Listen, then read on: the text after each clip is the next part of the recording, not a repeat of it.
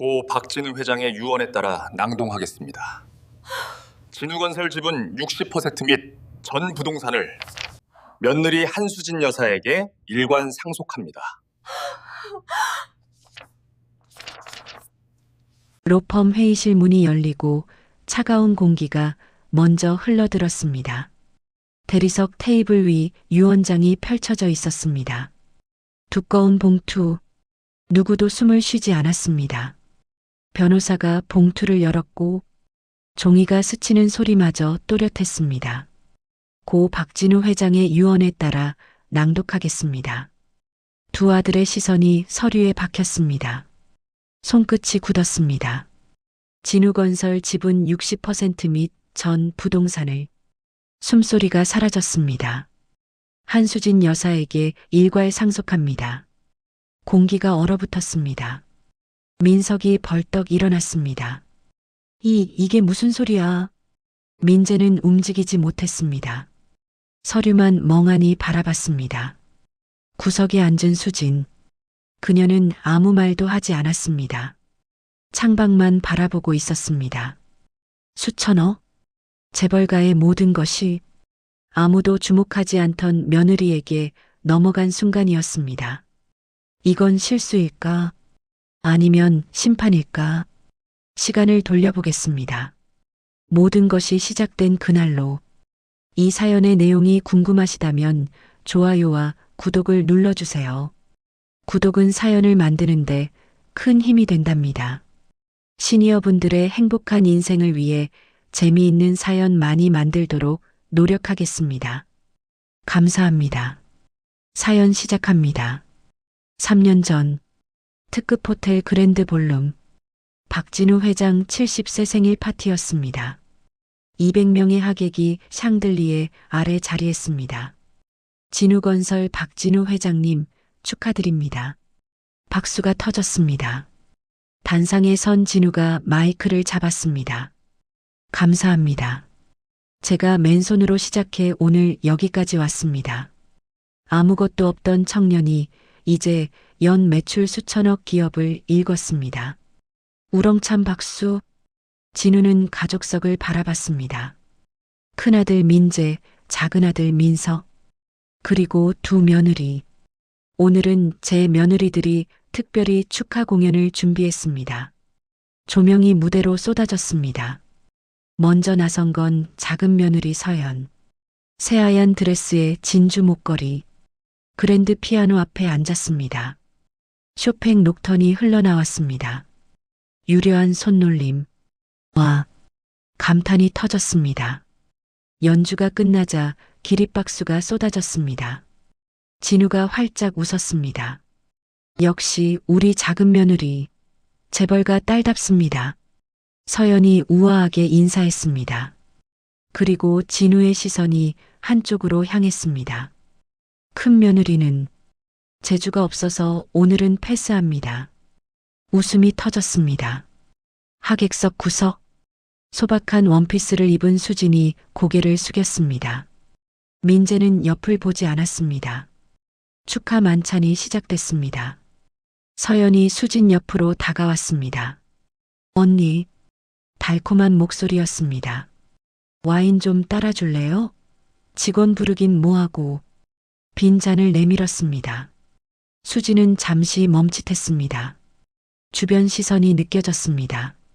천천히 와인병을 들었습니다. 허리를 숙여 잔을 채웠습니다. 서연이 흡족한 미소를 지었습니다. 역시 언니는 이런 게 잘 어울려요. 수지는 말없이 자리로 돌아왔습니다. 식사가 한창일 때였습니다. 진우가 큰 소리로 말했습니다. 민서가, 내 아내는 정말 훌륭하구나. 집안도 좋고 재주도 있고. 감사합니다, 아버지. 민석이 가슴을 폈습니다. 그에 비해 큰 며느리는. 진우의 시선이 수진에게 향했습니다. 뭐 하나 내세울 게 없어. 민재야, 아내 교육 좀 잘 시켜라. 회장 집안 며느리가 저 모양이면 쓰나. 식탁이 조용해졌습니다. 수진은 젓가락을 든 채 굳어 있었습니다. 민재가 대신 고개를 숙였습니다. 죄송합니다, 아버지. 서연이 작게 웃었습니다. 언니, 이러니까 회장님이 그러시는 거예요. 날카로운 한마디였습니다. 수진의 손이 떨렸습니다. 그날 밤, 집으로 돌아온 수진은 거울 앞에 섰습니다. 화장기 없는 얼굴, 저렴한 옷, 한참을 자신을 바라봤습니다. 그리고 방 한쪽 책상으로 향했습니다. 노트북을 켰습니다. 화면엔 복잡한 의학 논문과 수술 영상이 열려 있었습니다. 하지만 곧 덮어버렸습니다. 불을 껐습니다. 어둠 속에서 작게 중얼거렸습니다. 조금만 더 참자. 창밖으론 서울 야경이 반짝이고 있었습니다. 한 달 후, 진우건설 본사 임원회의실, 대리석 테이블에 임원들이 둘러앉았습니다. 진우가 상석에, 민재와 민석이 양옆에 자리했습니다. 그리고 서연. 그녀는 명함을 꺼내 테이블에 놓았습니다. 진우건설 경영기획실 자문역 최서연. 금박으로 새겨진 글씨. 진우가 만족스럽게 고개를 끄덕였습니다. 서연이 덕분에 장인 회사와 협력 건이 잘 풀렸어. 감사합니다, 회장님. 서연이 우아하게 미소 지었습니다. 회의실 문이 열렸습니다. 수진이 쟁반에 차를 담아 들어왔습니다. 명함도 직함도 없었습니다. 차 나왔습니다. 작은 목소리였습니다. 진우 앞에 먼저 놓았습니다. 민석 앞에, 서연 앞에 차례로 놓았습니다. 마지막 남은 건 민재 앞. 그때였습니다. 수진의 손이 떨렸습니다. 찰랑. 뜨거운 차가 서류 위로 쏟아졌습니다. 아. 민석이 황급히 서류를 들어 올렸습니다. 갈색 얼룩이 번졌습니다. 진우의 얼굴이 굳었습니다. 이것도 제대로 못해. 목소리가 회의실을 울렸습니다. 죄송합니다. 수진이 냅킨을 꺼내 서류를 닦으려 했습니다. 됐어, 물러가. 진우가 손을 저었습니다. 수진은 창백한 얼굴로 뒷걸음질 쳤습니다. 서연이 차가운 시선으로 말했습니다. 언니, 이러니까 회장님이 실망하시는 거예요. 차 하나 따르는 것도. 말끝을 흐렸습니다. 더 날카로웠습니다. 민재는 고개를 숙인 채 아무 말도 하지 못했습니다. 수진이 쟁반을 들고 나갔습니다. 문이 닫혔습니다. 진우가 민재를 쏘아봤습니다. 민재야. 예, 아버지. 내 아내 교육 좀 시켜라. 대체 뭐 하나 도움이 안 돼. 회사 일은커녕 심부름도 제대로 못하잖아. 죄송합니다. 민재가 고개를 더 숙였습니다. 아내 대신 그날 저녁, 시댁 저녁 식사, 수진이 준비한 상이 차려졌습니다. 된장찌개, 불고기, 나물 반찬. 진우가 국 한 술 떠먹었습니다. 얼굴을 찡그렸습니다. 간이 왜 이래? 짜. 수진이 조심스럽게 말했습니다. 어제보다 소금을 줄였는데요. 줄였으면 또 싱겁다고 하겠지. 수진이는 밥이나 잘해. 그것도 서투르지만. 서연이 웃으며 거들었습니다. 회장님, 제가 다음엔 제대로 만들어 올게요. 우리 집 주방장한테 배웠거든요. 그래, 역시 너는 다르구나. 진우가 흡족해 했습니다. 수진은 밥그릇을 꼭 쥐고 있었습니다.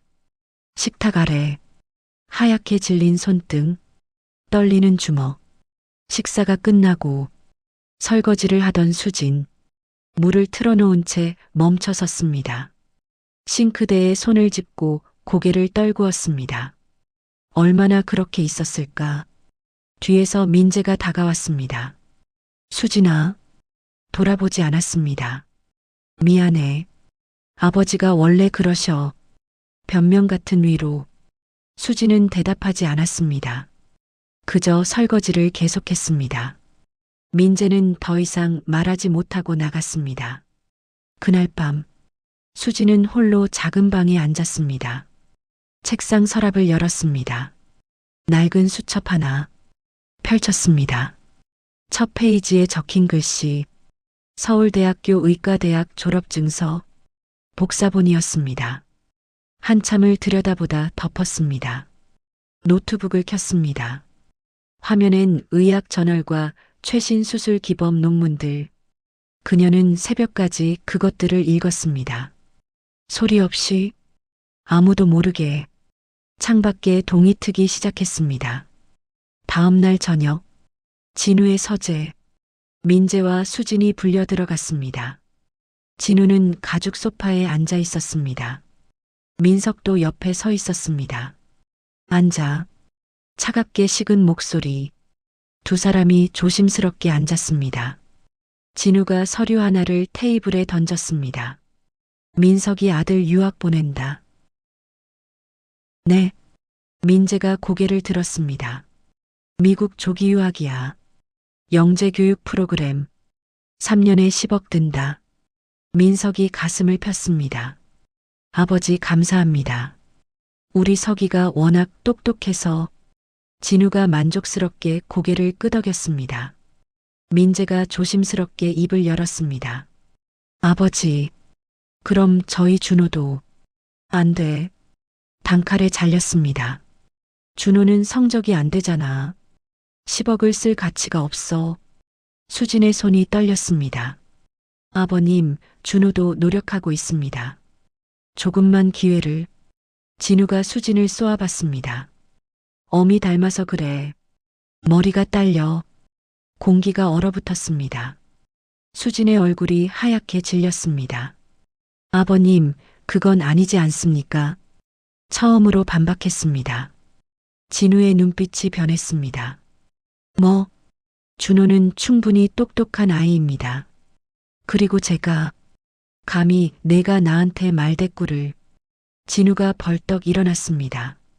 목소리가 서재를 울렸습니다. 당장 이 집에서 나가. 아버지. 민재가 황급히 말렸습니다. 닥쳐. 내가 아내 교육을 이따위로 시켜놨으니 이 꼴이지. 진우가 민재를 밀쳤습니다. 수진을 향해 손가락질했습니다. 이혼해도 좋아.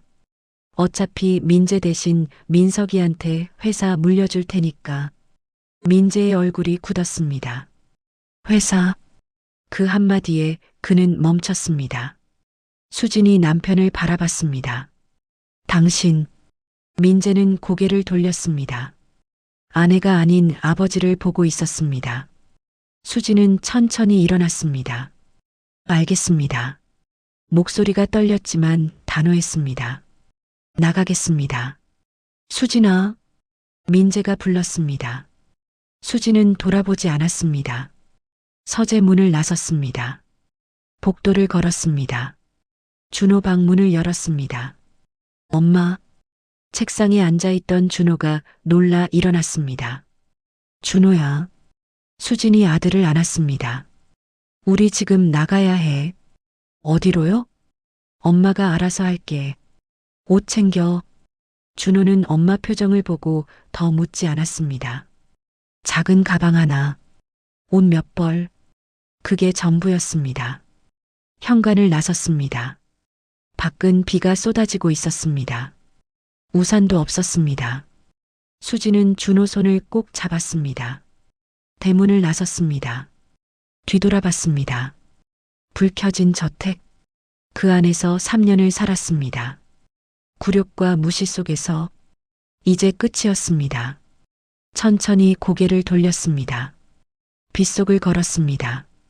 준호가 떨고 있었습니다. 엄마, 추워요. 수진이 아들을 끌어안았습니다. 조금만 참아.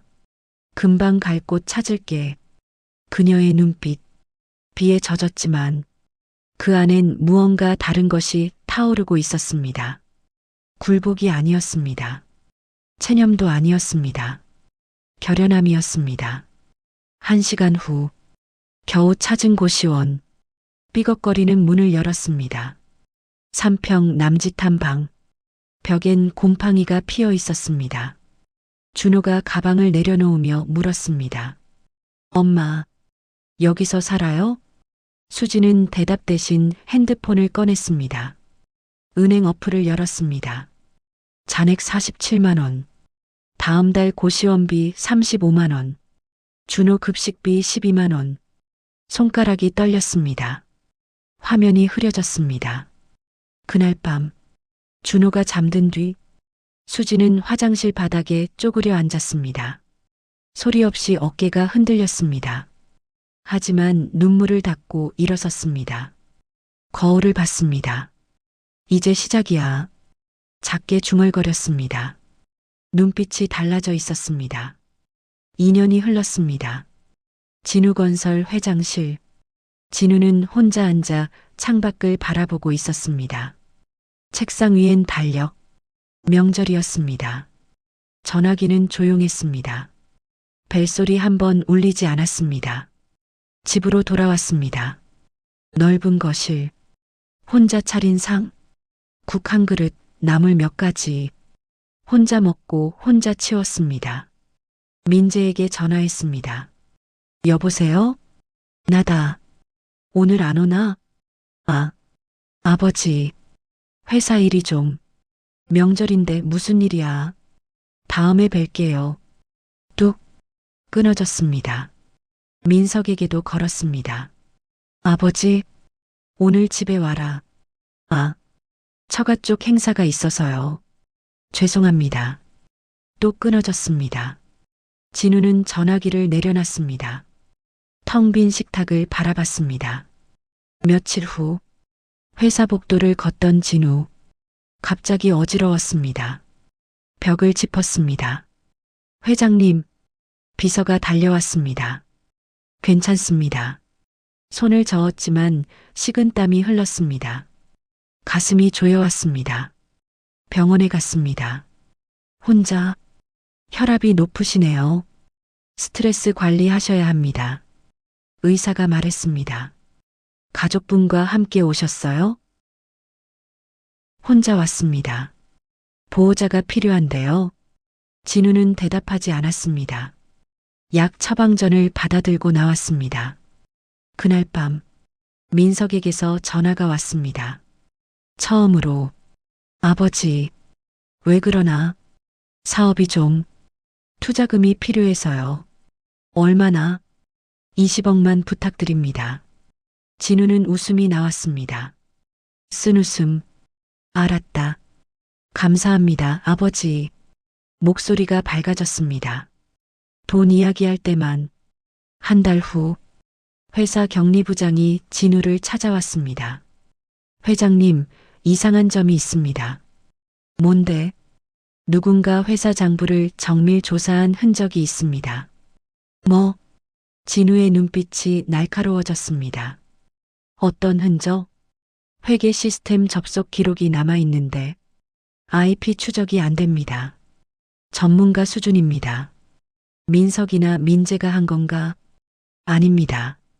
외부에서 접속한 겁니다. 진우의 얼굴이 굳었습니다. 누가 감히 내 회사를. 며칠 뒤 책상 위에 USB 하나가 놓여 있었습니다. 발신인 없음. 꽂았습니다. 파일이 열렸습니다. 민석과 서연의 대화 녹음. 여보, 장인 회사로 일감 몰아주면 우리가 이득을 받잖아. 회장님은 모르시겠지? 노인네가 뭘 알아. 웃음소리. 진우의 손이 떨렸습니다. 다음 파일. 회사 자금 횡령 증거. 민석명의 비자금 계좌. 모든 게 정리돼 있었습니다. 누가 이걸 보낸 건가?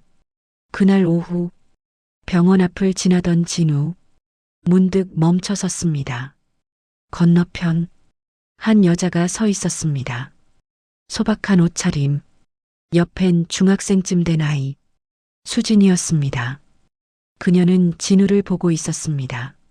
멀리서 아이가 뭔가 말했습니다. 수진이 고개를 끄덕이며 아이 손을 잡고 돌아섰습니다. 사라졌습니다. 진우는 그 자리에 서 있었습니다. 가슴이 무거웠습니다. 이상했습니다. 왜 수진이 병원 앞에, 왜 자신을 바라보고 있었던 건가? 그날 밤 진우는 홀로 술을 마셨습니다. 그래도 수진이는 중얼거렸습니다. 한 번도 돈 달라 안 했지. 잔을 비웠습니다. 내가 잘못한 건가? 처음으로 후회가 밀려왔습니다. 하지만 이미 돌이킬 수 없었습니다. 창밖엔 비가 내리기 시작했습니다. 2년 전 수진을 쫓아낸 그날처럼 진우는 빈 잔을 바라보며 눈을 감았습니다. 외로웠습니다. 견딜 수 없이 일주일 후 진우는 집에 혼자 있었습니다. 저녁을 먹다 갑자기 젓가락을 떨어뜨렸습니다. 왼쪽 팔에 힘이 빠졌습니다. 일어서려 했습니다. 다리가 풀렸습니다. 쿵, 바닥에 쓰러졌습니다. 시야가 흐려졌습니다. 의식이 멀어졌습니다. 얼마나 지났을까? 여보세요? 괜찮으세요? 이웃 주민의 목소리였습니다. 현관문이 열려 있었습니다. 빨리 구급차요. 사이렌 소리. 눈을 떴을 땐 병실이었습니다. 천장에 하얀 형광등, 소독약 냄새, VIP 병실이었습니다. 진우는 천천히 고개를 돌렸습니다. 빈 의자, 아무도 없었습니다. 민재에게 전화했습니다. 여보세요? 나다. 병원에 입원했다. 아, 무슨 병인데요? 뇌졸중이다. 간병인 좀 알아봐라. 아, 네. 제가 알아볼게요. 뚝 끊어졌습니다. 다음 날 민석에게도 전화했습니다. 받지 않았습니다. 이틀이 지났습니다. 아무도 오지 않았습니다. 간병인도 오지 않았습니다. 간호사가 기본 처치만 하고 갔습니다. 사흘째 되는 날, 진우는 혼자 침대에 누워 있었습니다. 물컵도 닿지 않는 곳에 있었습니다. 삐걱, 병실 문이 열렸습니다. 진우가 고개를 돌렸습니다. 숨이 멎었습니다. 수진이었습니다. 손에는 보온병과 간병 가방. 수진이? 수진은 대답하지 않았습니다. 조용히 다가왔습니다. 테이블 위에 보온병을 놓았습니다. 뚜껑을 열었습니다. 김이 모락모락 올라왔습니다. 죽이었습니다. 왜? 진우가 말을 꺼냈습니다. 수진은 고개를 저었습니다. 말하지 말라는 듯 수저를 들었습니다. 죽을 한술 떠서 불어 식혔습니다. 진우의 입가로 가져갔습니다. 진우는 떨리는 손으로 막으려 했습니다. 안 돼. 내가 너한테. 수진이 조용히 말했습니다. 드세요. 첫 마디였습니다. 진우는 입을 열었습니다. 따뜻한 죽이 목을 넘어갔습니다. 눈물이 났습니다. 수진은 말없이 계속 떠먹였습니다. 한 그릇을 다 비웠습니다. 그리고 따뜻한 물수건을 꺼냈습니다. 진우의 손을 닦아주었습니다. 얼굴을 닦아주었습니다. 이불을 정리했습니다. 베개 각도를 조절했습니다. 모든 게 익숙했습니다. 마치 수백 번 해본 것처럼 간호사가 병실에 들어왔습니다. 선생님, 회진 시간입니다. 네. 수진이 대답했습니다. 진우의 귀가 쫑긋했습니다. 선생님? 간호사가 차트를 확인하며 수진에게 물었습니다. 혈압 안정됐고요. 약 처방은 그대로 가실까요? 네, 그리고 재활치료 스케줄 좀 조정해 주세요. 알겠습니다, 선생님. 간호사가 나갔습니다. 진우는 수진을 바라봤습니다. 너, 선생님? 수진은 대답하지 않았습니다. 그저 미소만 지었습니다. 쓸쓸한 미소였습니다. 이제 쉬세요. 진우의 머릿속이 복잡했습니다. 선생님? 의료진이 수진에게 선생님이라고? 수진아. 네. 왜 나한테? 목이 메었습니다. 내가 너한테 그렇게 했는데. 수진이 진우의 손을 가만히 잡았습니다. 아버님. 처음으로 시아버지를 불렀습니다. 지금은 쉬세요. 그리고 조용히 손을 놓았습니다. 자리에서 일어났습니다. 내일 또 올게요. 문을 나갔습니다. 진우는 천장을 바라봤습니다. 눈물이 흘렀습니다. 소리 없이 그날 밤 진우는 잠들지 못했습니다. 선생님, 의료진이 왜 수진이를... 다음 날 문이 열렸습니다. 수진이 또 왔습니다. 그 다음 날도 매일 아침 9시 수진은 병실에 왔습니다. 죽을 먹이고 몸을 닦아주고 이불을 정리했습니다.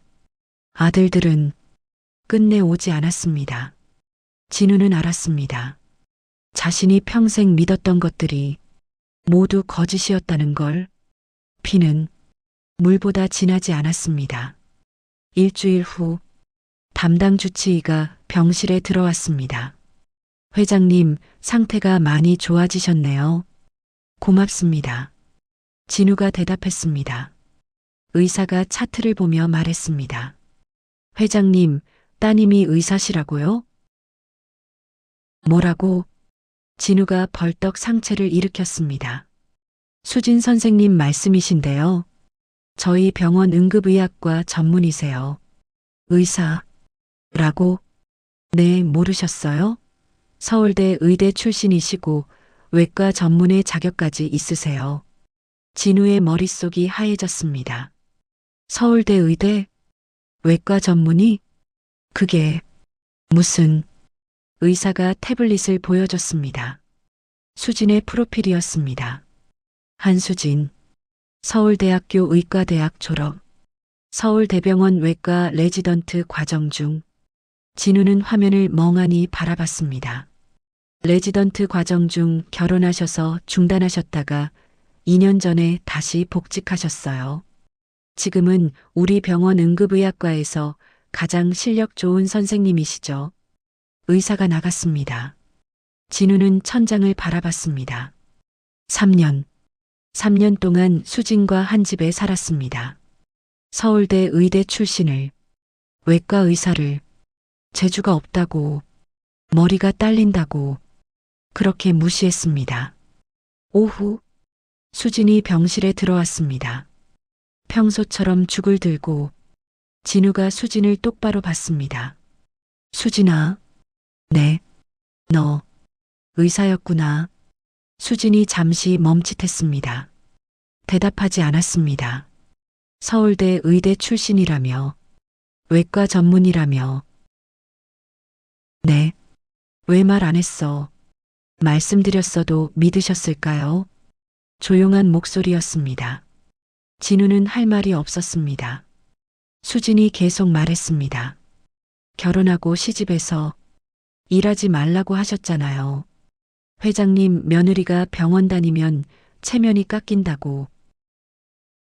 그래서 전공에 포기했어요. 3년 동안 집에만 있었죠. 진우의 가슴이 무너졌습니다. 쫓겨난 다음엔 수진이 창밖을 봤습니다. 다음 날부터 병원 찾아다녔어요. 의사면허 재활성화하고 이력서 넣고. 그래서 한 달 뒤에 이 병원 응급의학과에 들어왔어요. 밤낮 없이 일했어요. 준호 교육비 벌어야 했으니까. 진우의 눈시울이 뜨거워졌습니다. 그런데 수진이 진우를 봤습니다. 아버님 병원비도 내야 했어요.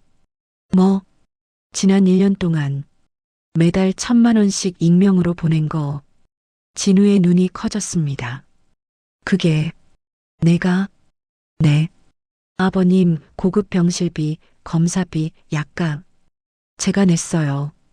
왜? 그리고 수진이 말을 이었습니다. 회사에 보낸 USB도 저예요. 진우는 숨이 멎었습니다. 민석 이사님 비리 자료요. 제가 법률 자문도 받고 회계사한테도 의뢰해서 정리했어요. 내가 그걸 장부 조사한 것도 저였어요. 해킹 전문가한테 돈 주고 부탁했죠. 진우는 말을 잇지 못했습니다. 왜 그랬어? 회사가 무너지면. 수진이 잠시 말을 멈췄습니다. 준호 아버지가 다칠까 봐요. 그리고 눈을 내리깔았습니다. 아버님이 힘들어 하실까 봐. 수진아. 진우의 목소리가 떨렸습니다. 내가 너한테 그렇게 했는데, 쫓아냈는데, 욕했는데, 알아요. 그런데 왜? 저도 모르겠어요. 수진이 작게 웃었습니다. 그냥 가족이니까요. 그 말에 진우는 무너졌습니다. 소리내 울었습니다. 70평생 처음으로 미안하다. 미안해. 어깨가 흔들렸습니다. 내가 뭘 한 거야? 수진이 진우의 손을 잡았습니다. 이제 괜찮아요. 미안하다. 정말 미안하다. 진우는 한참을 울었습니다. 수진은 말없이 그의 손을 잡고 있었습니다. 그날 밤 진우는 변호사를 불렀습니다. 유언장을 쓰겠습니다. 회장님, 지금 당장요. 변호사가 서류를 준비했습니다.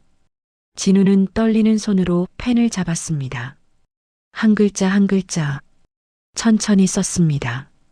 한수진 박사님께, 박사님, 회장이 며느리를 박사님으로 부른 순간이었습니다. 수진은 몰랐습니다. 그날 밤 진우가 무엇을 썼는지. 하지만 곧 모두가 알게 될 것이었습니다. 이틀 후 담당 의사가 진우를 불렀습니다. 회장님, 정밀 검사 결과가 나왔습니다. 뭔가요? 말기 췌장암입니다. 진우는 창밖을 봤습니다. 얼마나 남았습니까? 길어야 3개월입니다. 알겠습니다. 담담했습니다. 오히려 마음이 편했습니다. 그날 밤 진우는 변호사를 다시 불렀습니다. 유언장을 수정하겠습니다. 네, 회장님. 진우는 천천히 말했습니다. 한 글자 한 글자 신중하게. 변호사가 펜을 놓았습니다. 정말 이렇게 하시겠습니까? 네. 아드님들이 가만히 있지 않을 텐데요.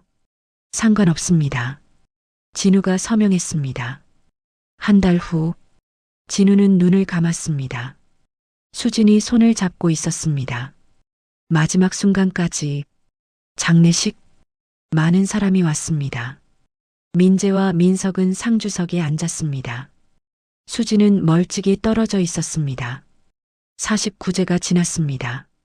그 다음 날 고급 로펌 회의실, 대리석 테이블, 가죽 소파. 민석과 서연이 먼저 도착했습니다. 자신만만한 표정이었습니다. 당연히 우리가 받겠지? 서연이 속삭였습니다. 회장님이 날 더 좋아하셨잖아. 민석이 웃었습니다. 민재가 들어왔습니다. 불안한 얼굴이었습니다. 마지막으로 수진이 들어왔습니다. 구석자리에 조용히 앉았습니다. 변호사가 들어왔습니다. 서류 가방을 테이블에 놓았습니다. 고 박진우 회장님의 최종 유언장을 낭독하겠습니다. 모두가 숨을 죽였습니다. 변호사가 봉투를 열었습니다. 유언 집행인은 본인이며 다음과 같이 유산을 분배합니다. 민석이 몸을 앞으로 기울였습니다. 첫째, 변호사의 목소리가 울렸습니다. 진우건설 지분 60%는 한수진에게 일괄 상속한다. 뭐? 민석이 벌떡 일어났습니다. 서연의 얼굴이 하얗게 질렸습니다. 민재는 멍하니 앉아 있었습니다. 변호사는 계속했습니다. 둘째, 강남 본사 빌딩은 한수진에게 상속한다. 이게 무슨... 민석의 목소리가 떨렸습니다. 셋째, 전 부동산 12곳은 한수진에게 상속한다. 서연이 테이블을 쳤습니다. 말도 안 돼요. 이건 무효예요. 변호사는 흔들림 없이 읽었습니다.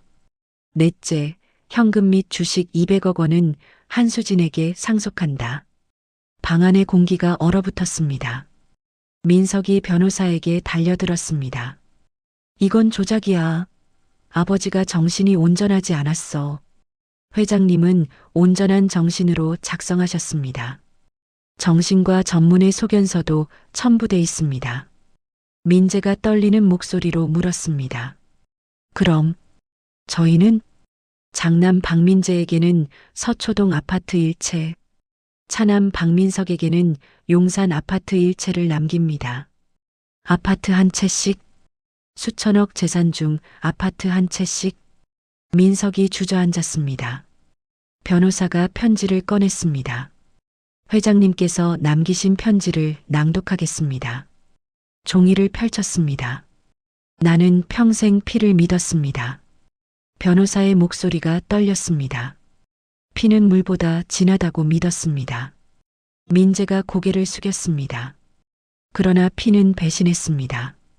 민석이 주먹을 쥐었습니다. 내가 쫓아낸 사람이 끝까지 남았습니다. 수지는 창밖을 보고 있었습니다. 수진아, 편지 속 진우의 목소리. 너는 내 자식보다 더 나은 딸이었다. 미안하고 고맙다.